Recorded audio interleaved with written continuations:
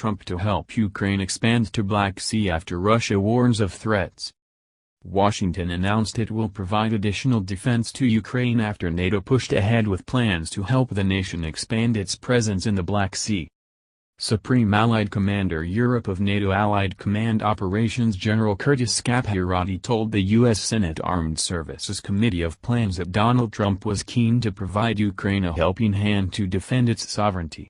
He said, "The president recently decided to provide enhanced defensive capabilities to Ukraine, as part of the U.S. effort to help Ukraine build its long-term defense capacity, to defend its sovereignty and territorial integrity, and to deter further aggression." Ukrainian President Petro Poroshenko said in December that the country was deploying combat units along its border with Russia, who annexed Crimea in 2014. Tensions between Ukraine and Russia had soured even further last November when Moscow seized 3 ships and their sailors around the Sea of Azov. Up to 24 crew members were arrested by Russian authorities for failing to respond to a demand to stop.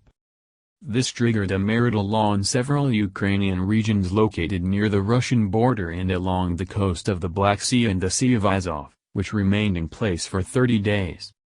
The news follows an alleged plot by the U.S. to cripple Russia, with a top Kremlin general issuing warning for war while also calling for action. Valery Gerasimov, chief of the General Staff of Russia's armed forces, said Washington had deployed a secret strategy to destabilize its enemies by sparking street protests and civil disobedience before launching military strikes. And the military chief Russia had to respond to the threat by creating a threat, suggesting cyber attacks could provide the possibility of remote, hidden influence.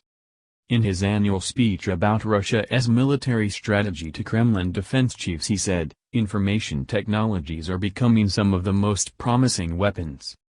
General Gerasimov's extraordinary claims suggest U.S. attempts to topple President Maduro in Venezuela have unsettled the Kremlin and raise fears that Russia might be planning a response to the growing crisis in South America. He alleged Washington and its allies had set out an aggressive vector in their foreign policy and warned they were developing new weapons and color revolutions, the name Moscow uses for uprisings in former Soviet states such as Ukraine and Georgia, which it believes were orchestrated by the West. He claimed the new Pentagon strategy had been named Trojan Horse,